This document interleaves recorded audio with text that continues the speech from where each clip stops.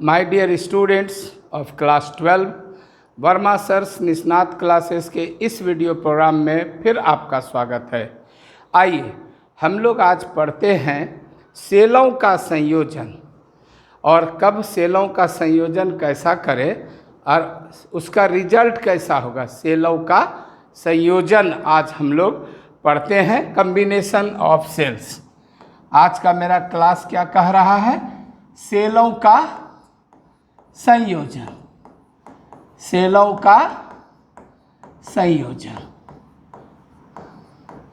इसको समझने के लिए आप थोड़ा सा क्लास 10th में चलिए। क्लास 10th में चलिए। क्लास 10th में आपने पढ़ा होगा कि एक रेजिस्टेंस है R1, दूसरा रेजिस्टेंस है R2, तीसरा रेजिस्टेंस है R3। इसी तरह और भी हो सकते हैं। ये सब जब आपस में जुड़े रहते हैं इस तरह से, जैसे कि झालर का बल्ब, झालर का बल्ब एक दूसरे से जुड़ा रहता है, उस तरह जब ये लोग जुड़े रहते हैं तो इसका समतुल्य प्रतिरोध क्या होता है? R1 जोड़ R2 जोड़ R3 ऐसा होता है। इसको कहते हैं सीरीज कॉम्बिनेशन। सीरीज कॉम्बिनेशन आपके समझने के लिए अगर हम कलर चेंज कर दें तो ये हो गया ठंडा, फिर हुआ गरम, ये हुआ ठंडा, फिर हुआ गरम और ये हो गया ठंडा। तो इस तरह से प्लस और माइनस, फिर प्लस और माइनस, इस तरह से अगर प्लस माइनस आपस में जुड़े रहें तो ऐसे संयोजन को क्या कहते हैं? Series combination. और इसका समतुल्य प्रतिरोध ऐसा होता है। ये चीज़ आप क्लास 10 में पढ़ चुके हैं। आइए अब क्लास 12 में चले, सेलों का संयोजन। तो चलिए क्वेश्चन बना के पढ़ते हैं। श्रेणीबद्ध, श्रेणीबद्ध या इसका दूसरा हिंदी है पार्श्वबद्ध सेलों का संयोजन करें। संयोजन करें। परिणामी विद्युत वाहक बल निकालें। परिणामी विद्युत वाहक बल निकालें। यह संयोजन कब लाभप्रद है? यह संयोजन, ये जो संयोजन है यह कब लाभप्रद है? आपको इससे कब लाभ होगा? ये क्वेश्चन है, लाभप्रद है। ठीक, चलिए आइए, ये तो रफ हो गया। आइए सेलों का संयोजन करें। आप सेल हैं? हाँ। ये आपका प्लस है? हाँ। अच्छा, ये भी प्लस है? हाँ। ये भी प्लस है? हाँ। इसी तरह बहुत सारा सेल है? हाँ हाँ हाँ। ये भी प्लस है? हाँ। बोले तो हाँ। और फिर ये माइनस है? हाँ। और इससे जोड़े हैं? हाँ। कैसे? यह दिखलाते हैं ना, माइनस वाला दूसरा रंग से जोड़ के ये माइनस से जोड़े। तो प्लस वाले से इसका साइज क्या होना चाहिए? इसका साइज प्लस वाले से थोड़ा छोटा होना चाहिए। ये छोटा होना चाहिए, ये छोटा होना चाहिए। नहीं समझे? ये से छोटा होना चाहिए, इसे छोटा होना चाहिए, इसे छोटा होना चाहिए। इस तरह से जोड़ते गए और ये माइनस वाला होना चाहिए, ये छोटा होना चाहिए। ये कौन सा तार हो गया? ठंडा तार हो गया। और इधर ये कौन सा तार है? तो गर्म तार है। आप फोटो में देख लीजिए। और ये तार ये रेजिस्टेंस से जुड़ गया। ठीक, ये बाहरी प्रतिरोध है R। ठीक है। और यहाँ पर से आप एक कुंजी जोड़ दीजिए। ठीक है, आप एक कुंजी जोड़ दीजिए और कुंजी का तार इससे लगा दीजिए। अट्ठे पी रख ले रहिए। ठीक है, जैसे ही आप ठेपी लगा दिए ये की हो गया, ये जैसे ही लॉक हो गया कि दनादन यहाँ से करंट चलने लगी, इससे गई, यहाँ से गई करंट, यहाँ से वापस आई, यहाँ से आई, चलते गई। हाँ हाँ, इसको जोड़ देंगे, आप चिंता मत करिए, इसको हम जोड़ रहे हैं, इनको भी हम जोड़, अब हो गया, सब जुट गया ना। तो इस तरह से ये सेल का कॉम्बिनेशन यही हुआ, इसको कहते हैं सीरीज कॉम्बिनेशन। सीरीज कॉम्बिनेशन, मान लीजिए इसका विद्युत वाहक बल R है और ऐसे ऐसे सेलों की संख्या कितनी है, N है। N मैंने बुझे, समझिए 10 सेल हो सकता है, 5 सेल हो सकता है, 20 सेल हो सकता है, और सब का विद्युत वाहक बल E है, इसका भी, इसका भी, इसका भी, इसका भी, सबका आंतरिक प्रतिरोध R है। और यह समूहन कैसा है, सीरीज कॉम्बिनेशन है, क्योंकि प्लस से कौन जुड़ा हुआ है, माइनस जुड़ा हुआ है, प्लस से कौन जुड़ा हुआ है, माइनस, प्लस से कौन जुड़ा हुआ है, माइनस, प्लस से कौन जुड़ा हुआ है, बताइए आप ही, ये प्लस से माइनस, प्लस से माइनस, प्लस से माइनस, तो ऐसा कॉम्बिनेशन क्या कहलाता है, सीरीज कॉम्बिनेशन कहलाता है। आइए अब हम आंसर लिखें, ठीक है, ठीक। उपरोक्त व्यवस्था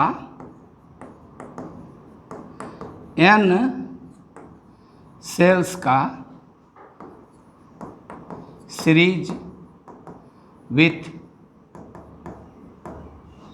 R प्रतिरोध है।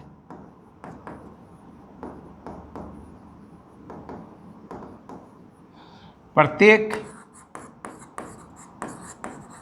सेल का EMF इलेक्ट्रोमोटिव फोर्स बराबर कैपिटल E तथा आंतरिक प्रतिरोध स्मॉल r है। तो बताइए, अब बताइए आप ही, इसलिए यहाँ आप समझिए, देखिए, खूब आराम से देखिए, सब लोग जो लोग वीडियो देख रहे हैं यहाँ पॉज करके मेरी बात को गौर से सुनिए, उतारिएगा, देखिएगा, आप समझिए। विद्युत वाहक बल सब सीरीज में है, तो टोटल विद्युत वाहक बल E जोड़ E जोड़ E, अगर 3 बार जोड़ेंगे 3E, 4 बार जोड़ेंगे 4E, N बार जोड़ेंगे तो NE होगा। ऐसा प्रतिरोध भी सीरीज है और E भी सीरीज है, तो कुल प्रतिरोध तो R R R R R मेरे यार, तो N बार जोड़ेंगे तो NR होगा भीतरी प्रतिरोध और बाहरी प्रतिरोध। अब आप मंत्र याद करिए, जरा चलिए तो याद करिए, याद करें क्या होता है, I बराबर E बटे R जोड़ R, इसको समझिए। ये हुआ विद्युत वाहक बल, नेट न हुआ, ये हुआ नेट प्रतिरोध, ये हुआ नेट प्रतिरोध बाहरी, तो बाहर में कै गो प्रतिरोध है, एगो, अंदर में कै गो है, तो इसका I बराबर क्या हो जाएगा, N गुना E अब बटे N गुना R, अंदर वाला प्रतिरोध, अब प्लस R। समीकरण नंबर 1 मेरे यार, यहाँ तक समझिए, खूब देर तक देखिए वीडियो को और समझिए कि यही होगा NR प्लस R, ठीक। अब अगर हम इस सब को हटा दें, हट, जो भाग भाग भाग सब हटो, और अकेला एक सेल लाए, एक ठोस सेल अकेला, क्लियर, तो उस सेल का काम जो होगा वही इसका परिणामी होगा। आप जब N सेल लगाए हैं तो यही आपको रिजल्ट मिल रहा है। अब अगर आप इस सब को हटा दीजिए और एगो सेल लाइए तो वही न उसका परिणामी विद्युत वाहक बल हुआ। तो यही इसका रिजल्ट है। अब आप सोचिए कि आपको पूछता है यह संयोजन कब लाभप्रद होगा। ठीक है, अब आप सोचिए, यदि एक ही सेल रहता, एक ही सेल रहता, तो इतना सेल नहीं रहता, एक गो सेल रहता, तो क्या होता? तब तो ये प्रतिरोध तो आर ही था, ये प्रतिरोध क्या था? आर था।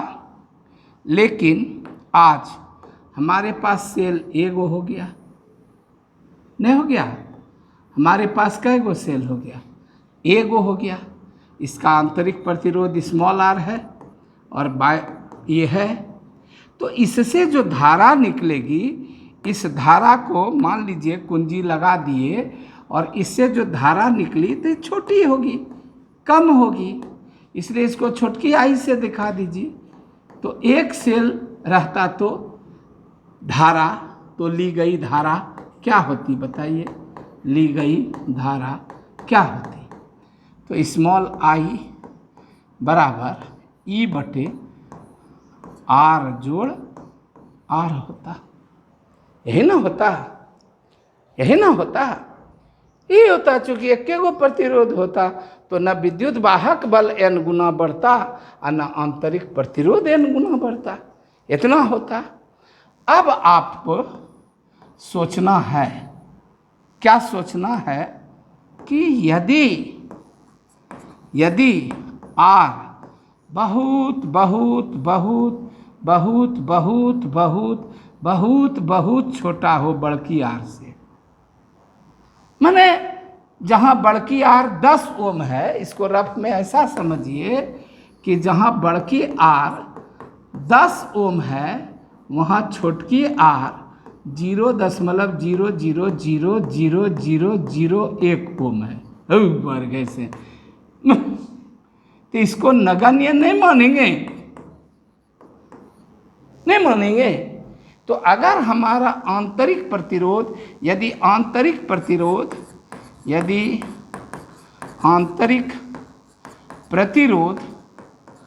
अत्यल्प हो, केस 1, यदि आंतरिक प्रतिरोध अत्यल्प हो तो बड़की आई बराबर एन ई बटे आर और छोटकी आई बराबर ई बटे आर। नहीं होगा? सोचिए सोचिए सोचिए सोचिए। अगर ये बहुत बहुत छोटा हो गया, ये तो गया खट्टा खाने, तो आई बराबर एन ई बटे आर, एन ई बटे आर, और छोटकी आई बराबर, तो ई गया खट्टा खाने, ई बटे आर। तो इसलिए आई बराबर एन गुना आई हुआ कि नहीं? तो यह स्थिति लाभदायक हुई कि नहीं? कि अगर एक सेल हमको 2 एम्पियर दे रहा है तो 5 सेल 5 दूनी के 10 एम्पियर देगा, और अगर 10 सेल लगा देंगे तो 10 दूनी के 20 एम्पियर देगा, और अगर 20 सेल लगा देंगे तो 20 दूनी के 40 एम्पियर देगा। यानी जितना सेल बढ़ाते जाएंगे उतना करंट बढ़ता जाएगा। तो यह स्थिति क्या है? यह स्थिति लाभप्रद है, लाभप्रद है। क्लियर? अब आप चलिए केस 2। यदि उल्टा हो, आर बहुत बहुत बड़ा हो बड़की आर से, आएगे अम्मा है, तब तो बड़की आर नगण्य हो गया। तो इसलिए आई बराबर एन गुना ई बटे एन गुना आर, क्योंकि बड़की आर नगण्य हो गया। कहाँ से? समीकरण एक से नहीं, बड़की आर को नगण्य मानने पर, काहे कि अबरी तो बड़की आर छोटा है और छोटकी आर बड़ा है। तो अब क्या हो जाएगा बताइए, कैंसिल हो गया। तो इसलिए आई बराबर ई बटे आर, और छोटकी आई बराबर भी ई बटे आर। कहाँ से? समीकरण 2 से। तो इसलिए बड़की आई बराबर छोटकी आई सुथनी। क्या फायदा हुआ? एक सेल लगाओ उतने धारा, अब 50 सेल लगाओ उतने धारा, पैसा खर्चा हो गया जेबी से, और करंट मिला ठेंगा। तो क्या मिला?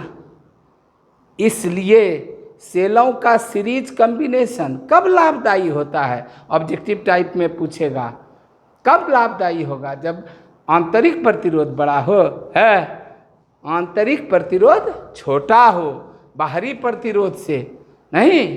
तो यह स्थिति क्या है?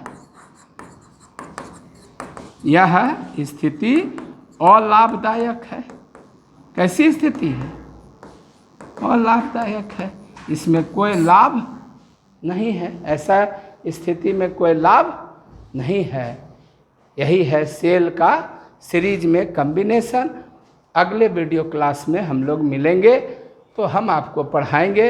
तो देखिएगा कि इस बार जब हम कॉम्बिनेशन करेंगे पैरेलल सेल का, तो देखिएगा कि उल्टा रिजल्ट आएगा। उल्टा रिजल्ट आएगा उसमें। जब आंतरिक प्रतिरोध बड़ा होगा तब फायदा हो जाएगा, और जब आंतरिक प्रतिरोध छोटा होगा घाटा हो जाएगा। आप क्या देखे अभी तक के वीडियो क्लास में? आपने क्या देखा? हम फिर से आपको बताएं कि ये सीरीज में आपने सेल को जोड़ा था। हर एक सेल का आंतरिक प्रतिरोध कितना था? R R R R R. तो एन सेल का एन आर था, अब बाहरी प्रतिरोध बड़ी आर था। तो आपकी जो धारा इससे ली गई वो कितनी निकली? तो इतनी निकली। जब ये छोटा हो गया तो ये नगण्य हो जाएगा, और जब ये छोटा हो जाएगा तो ये नगण्य हो जाएगा। यही तो गेम है। अगर आप अब एक सेल लेते हैं, एक सेल, तो छोटी धारा मिली। ये जो छोटी धारा मिली, ये आई, ये जो धारा मिली तो ये इतनी हुई। अब ई नगण्य हुआ, यहाँ ई नगण्य हो गया। तो ई जब नगण्य हो गया तो ई बटे आर हो गया, एक सेल का धारा, और कई सेल का धारा एन ई बटे आर हो गया। तो आई बराबर एन गुना आई, मैंने जितना सेल उतने गुना धारा। तो बड़ा बढ़िया है भाई, सीरीज करते जाओ। यही देखे हैं कि नहीं कि टॉर्च में जब 2 सेल लगाते हैं, 3 सेल लगाते हैं, तो टॉर्च का रोशनी क्या होता है? बढ़ जाता है। 7 सेलबा टॉर्च रहता है सिपहिया सिंह के पास, सर्च लाइट उसको कहते हैं, बक्सा ऐसा वाला टॉर्च देखेगा ना, उसको हुलक के पेच खोल के देखिएगा, उसमें 7 गो बैटरी लगल रहता है, रात में मारता है एकदम झकास फोकस। हाँ, तो इसलिए याद रखिएगा कि जब आंतरिक प्रतिरोध छोटा होगा तो सीरीज कॉम्बिनेशन बढ़िया होगा, और अगर आंतरिक प्रतिरोध बड़ा हो गया, ये जाते ले लिया, जाते ले के, तो एक सेल से धारा लो या 1000 सेल से धारा लो, बतवाइज बराबर माल लगा 1000 गुना, हर रिजल्ट हैगा। इसलिए कभी भी बड़ा प्रतिरोध वाला सेल को सीरीज नहीं करना चाहिए। और अगला वीडियो में हम दिखाएंगे कि बड़ा प्रतिरोध वाला सेल को पैरेलल करिए, देखिएगा मज़ा कितना आवेगा। बोल सियावर रामचंद्र की जय। फिर मिलते हैं अगले वीडियो में। धन्यवाद।